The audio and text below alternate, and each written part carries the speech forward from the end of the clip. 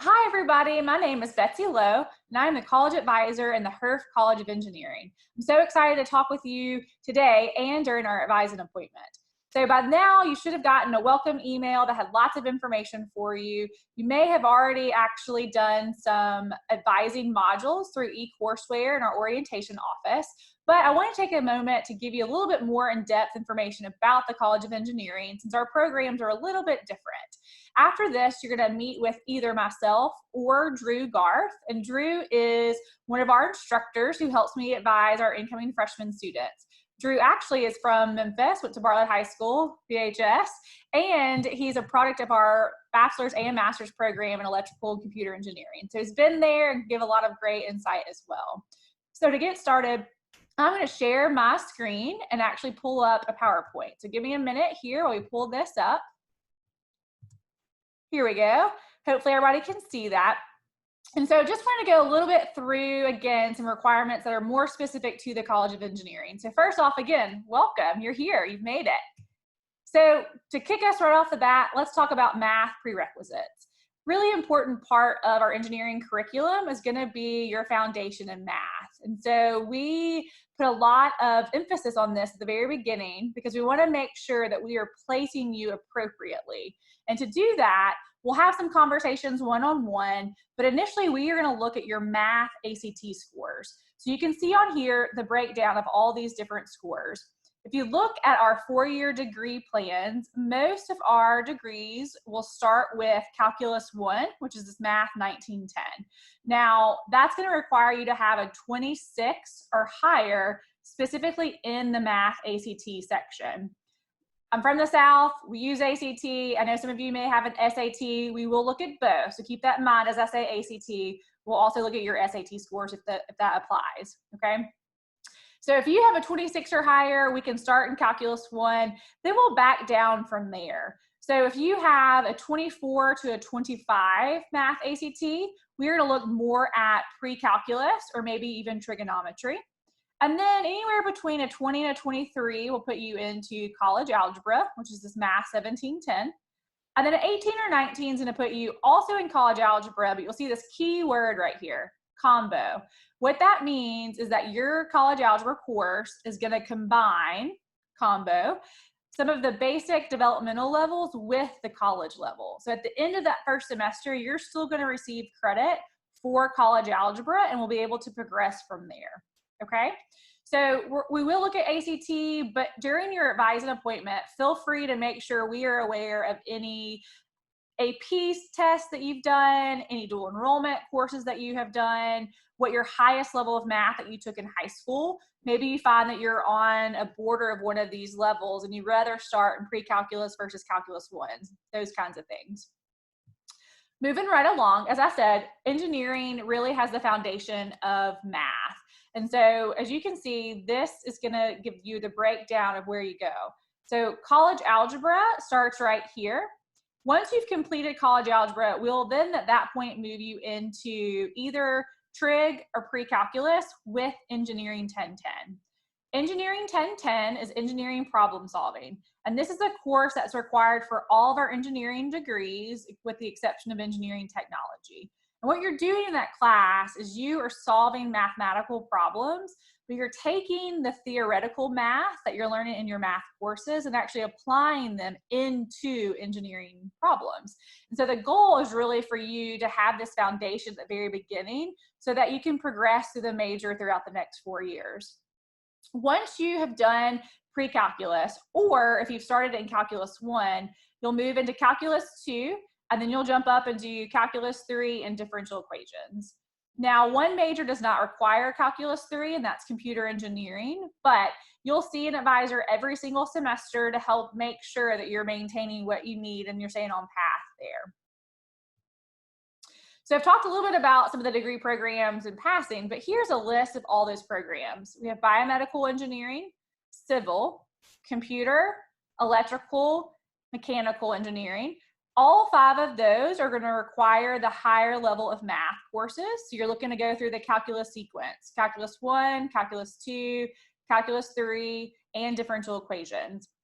And then finally, we have engineering technology. And engineering technology is also a program through the College of Engineering, but it's a bit more applied, a little bit more hands-on, and your math is not going to be as intensive. So you're only going to go through Calculus 1 in that particular program. All 6 of these are accredited through ABET, which is what we want. So as you finish, you start looking for jobs, those are things that you need to be looking for.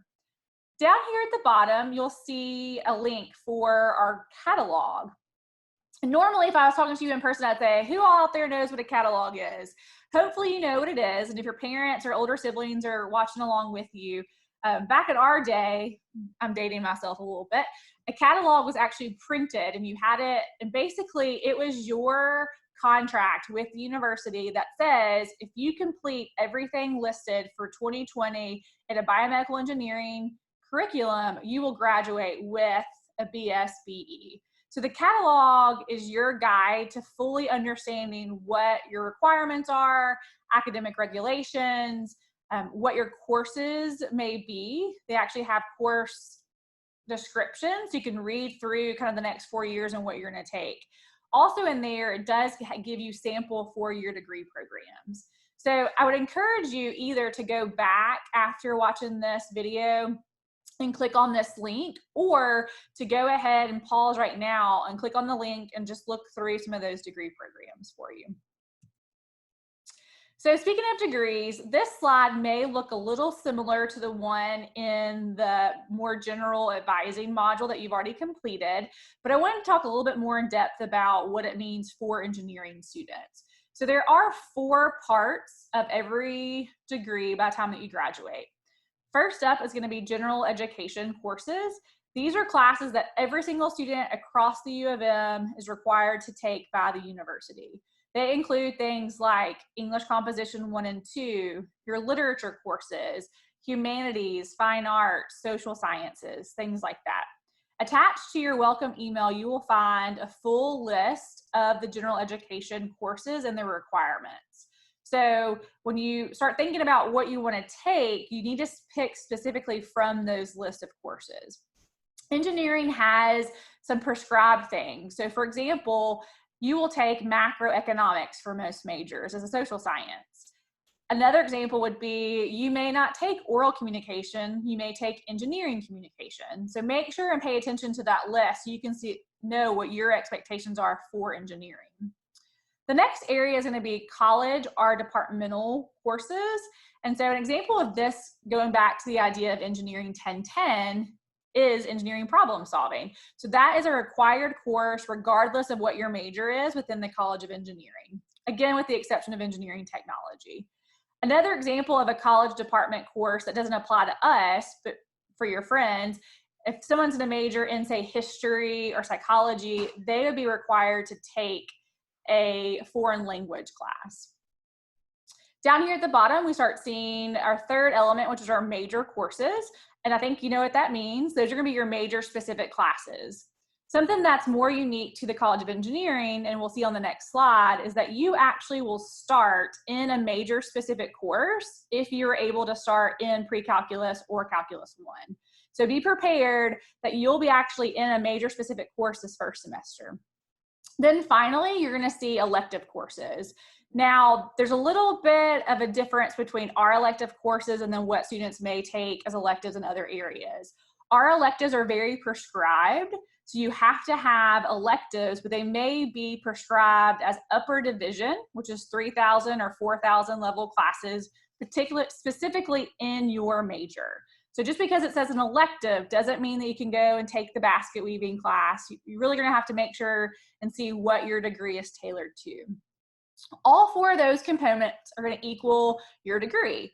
So something that's a little bit different that was in the other module is that an engineering degree is either going to be anywhere between 122 to 128 credits. Most degrees on campus are 120, so yours is going to be a little bit more of the credit hours there. In addition, in order to graduate with your degree, you must earn a C- or better in your major courses. That includes math, any science courses, and your engineering courses. And then finally, 4 years from now, when you've done all the rest of this, as long as your GPA is a 2.0 or higher, We'll get you certified with your engineering degree. So talking about class times and what that looks like, most courses on campus will be a 3-credit class. So you see here a 3-credit class. So for example, English 1010, English composition, that's a 3-credit class. Engineering students will have a few classes that will be 4 credits.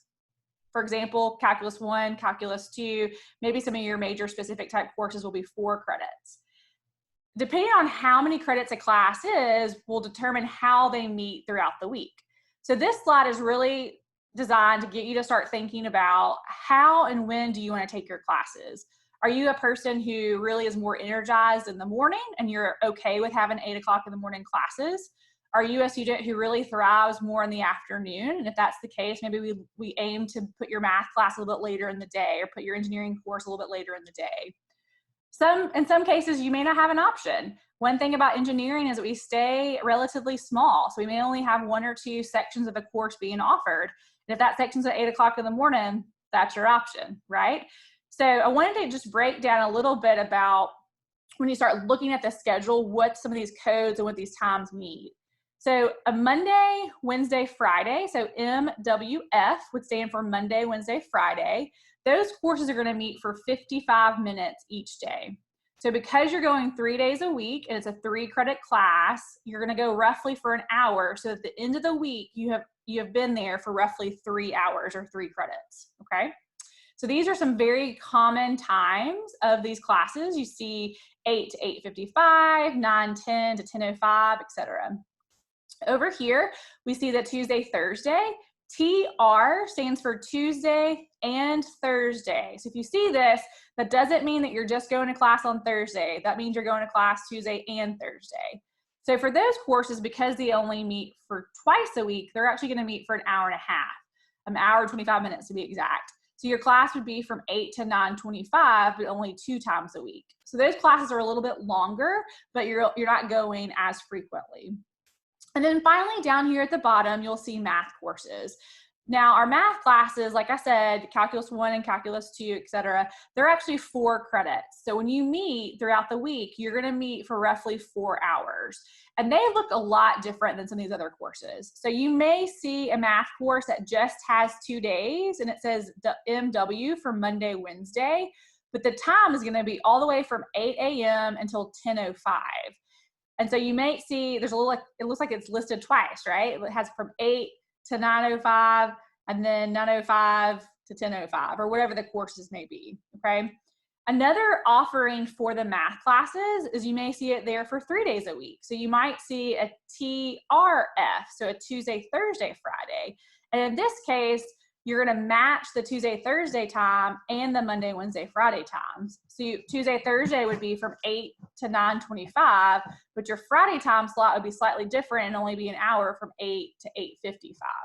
So as you're starting to schedule, it's really your responsibility to look at the days of the weeks, the times. The system is set up in a way that it won't let you schedule courses if they conflict. So there's not going to be a chance for you to register for a Monday, Wednesday, Friday and another math class that's Monday, Thursday, Friday at the same time. The system will stop you from being able to do that, okay?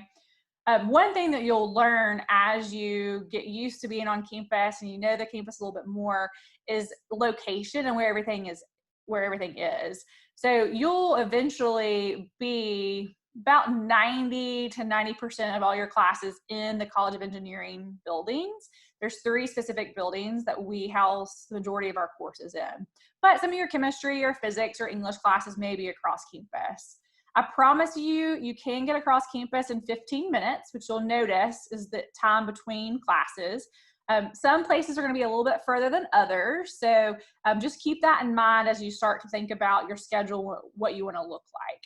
I was a person who really liked morning classes. So I wanted to get up and go to class from 9 to about 12:25 on Monday, Wednesday, Friday. And maybe I did like a 9:40 to 1 o'clock on Tuesday, Thursday. I do encourage you to start thinking about spacing them out. And so you can kind of see how you want to do that.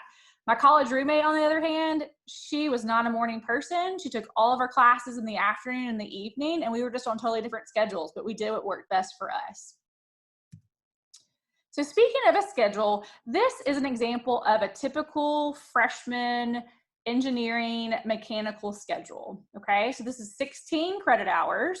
I know you'll hear a lot about take 15 hours, take 15 hours. That helps you graduate in 4 years.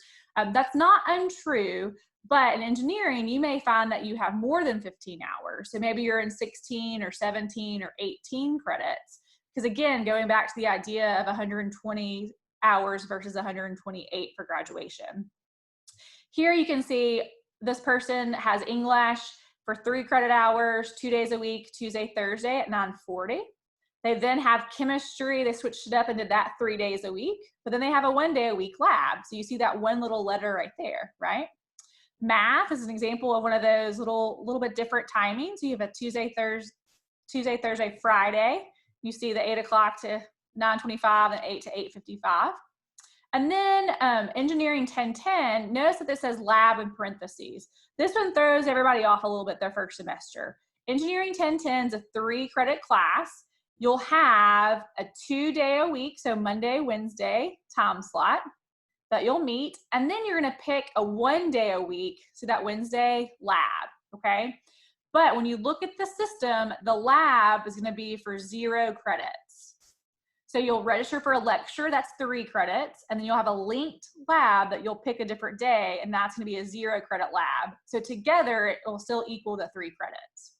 This is pretty common for engineering, so you need to get used to it. For my civil students, you'll have that twice, once for engineering 1010 and once for civil 1101 this very first semester, okay? One thing you'll notice when you look in here is that there's not a lot of general education courses. So something that's different than your friends who are majoring in different areas across campus is that we only have one really gen ed type course, and that's English, right? Everything else is major specific. And that's because with engineering, it's very linear. And so we need you to start pretty fast into the pre-calculus or calculus 1 and your major specific things so that you are meeting prerequisite chains and can progress throughout your different semesters. You will get a 4-year degree plan from either myself or Drew, and that will have kind of a little bit more specifically about what your major will look like. So mechanicals, maybe you start in 16, civils, maybe you start in 18. If you're somebody who has dual enrollment or AP classes coming in, you may not have to start in the many hours. So these are all things that we'll talk individually about in your appointment. So kind of shifting gears, we've talked a little bit about requirements and engineering as a whole. Engineering degrees are excellent degrees. They will get you jobs. They will help you get into professional programs. You'll learn a lot on how to think critically and solve problems, but they take work. And so part of that is we really want you to take a minute, look at this Herff Attitude and look at this pledge and think about why you're doing engineering and make sure that you are ready to take on full responsibility and do it, right? It's totally doable, but it does require you to work hard. And so I'm not going to read through all of these, but just so you can go back again and actually look at those, but you can see attend class, whether that's online or that's in the classroom, go to advising sessions, take responsibility for your successes or your failures, complete assigned readings and homework.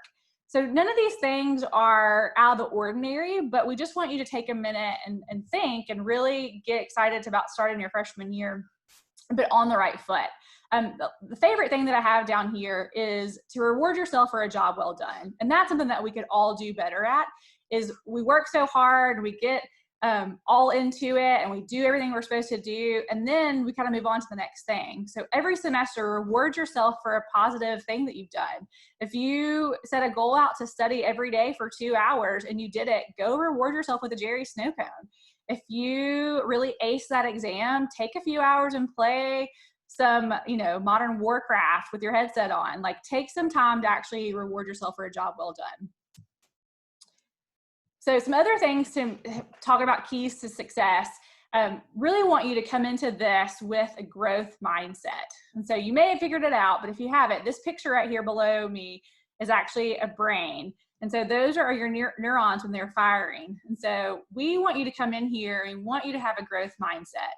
And what that means is if you We don't want you to get stuck somewhere and say, you know what, I can't do this. I can't do it. We want you to get in there and say, I can do this and I can work hard to be able to continue to do this. I think this spring semester was an excellent example of everyone having a growth mindset. We've all had to shift gears and figure out how to do online learning, how to be okay with graduating virtually. And so be resistant, be resilient, be persistent, make sure that you can do that. You know, have a positive attitude. Go into this thinking, I'm so excited about starting this and I cannot wait to learn more about calculus, right? Some other keys to being successful, you know, taking responsibility for your education. So I am here as a resource. I'm here to help you learn what you need for your degree. But I'm not going to register you every semester, right? And so part of taking responsibility is understanding policy and procedures. And if you need help, reaching out for help, all those things are things that you can do. And so and we really want to empower you to be able to do that. Go to class, know your professors' names, know your advisor's name, understand your homework expectations. I think one of the biggest things that's a transition for our students, and not just engineering students, but anyone coming from high school, is just understanding how to transition what you were able to do in high school to be successful and how that's going to challenge you in college. Do you need to study more? Do you need to change up how you study? One thing I learned when I got to school was that I couldn't study with it being 100% quiet. I had to have something in the background to help me focus. And so start to get to know those things. Some other things to kind of get you start being successful is I want you to be familiar with our website and where you can link on to some things. You probably have already done this, which is great, but down here at the bottom of our website, you're going to see two links. One's to say Mail, and that's going to link you to be able to get into your email, and the other one's your My Memphis account, okay? And so your My Memphis account is your student portal, and this is your login up here. Your login is your same username and password that you have for everything, okay? Your username is the first part of your email address. So mine would be egreer and then @memphis.edu, okay? So if you didn't realize that you already had an email, it's your username and then you say @memphis.edu. Password, same thing as it always is. Your My Memphis account has everything that you need in there. It's going to have where you register for classes. It will have important updates and reminders. It's how you get to your account. So if you're looking to see if you've fulfilled all your needs for your financial aid or for your scholarship, all that information's on your My Memphis. Your email, that is the official communication from the university. So if you are not checking your Memphis email, those are things that you have to start doing as early as now, okay? So make sure that you do those. And I would even encourage you to not check your email only from your phone. Sit down once a day or sit down, once every couple of days and actually check it from a desktop so you can make sure that you're seeing everything that you need to see. Moving right along. So what is next? We've talked about some things that are specific to engineering. You've looked at being positive and having a growth mindset, and you're ready to go. So from here, you are going to schedule an advising appointment and actually meet with Drew or myself for roughly 30 to 45 minutes so we can talk a little bit more specifics about you in particular, okay? One thing that we need you to do is to complete the intake form. This was linked in the email, and it can also be found on our website. These will help us understand things like if you have AP and dual enrollment courses, or if you're a part of another organization like the band or ROTC, that's where you can put this information for us. Schedule your appointment. You can actually link from right here or from the email that we just sent to you. When you schedule your appointment, just make sure it's going to be a time that you can actually meet. We can meet either via Zoom, which is what we're doing right now, or we can meet over the phone. So either way will work for us. And so we'll assume that we're going to do a Zoom call unless you tell us otherwise, okay? Be on time and be prepared. And what I mean by being prepared is just be ready to have answers to some questions that we may ask you, or just be ready to ask some questions of us, okay? You will want to be able to log into your My Memphis account. So in some cases, we may ask that you share your screen, or I may share my screen so you can see what we're doing, so that way you can follow along with us, okay? And then finally, let's talk about a little bit about our parent expectations. We are so thankful for parent support, and we are excited for parents to know more about engineering. We're actually going to host a parent orientation for them right before the semester kicks off. And I call it orientation, but really more of like a, hey, we want you to know some information also. But this is really going to be your first opportunity to have an advising appointment with your advisor. And once you become a student, by FERPA, federal law, I cannot share information with your parents. And so this is going to be your first opportunity to kind of go ahead and start making those connections. So parents, totally fine if you want to be around for the advising appointment, but I really want to get to know your student and have what their opinions are about when they should take classes and how many hours they should be taking. So I'll really ask the question of the student. And then if you have questions, we'll certainly answer some of those towards the end as well. Okay. This is just to help you get connected to us. So now that you are going to be a Herff student, we want you to be all in. So you can follow us on Facebook, we're on Twitter, both the dean and the college, and then we're also on LinkedIn. And then finally, here's my contact information. That is my email as well as my phone number. Right now, I'm not currently in my office, but my voicemails do come to my email. So if you need to call, that's totally fine. And then when you get back on campus in the fall, we'll hope to get everybody upstairs to see where all of our student services space are. So if you have questions, certainly feel free to email me. That's one email, and I also have the Betsy.Loe email. We're all the same person. So everyone's like, who is E. Greer? It's also Betsy Loe. That's a story for another time, but that's me, okay? So excited that you are here. I hope that you stuck with us throughout that whole presentation. I know it's a lot of information, but we want to make sure and get you off on the right track. So looking forward to seeing you soon. Happy to have you as part of our Herff family, and go Tigers.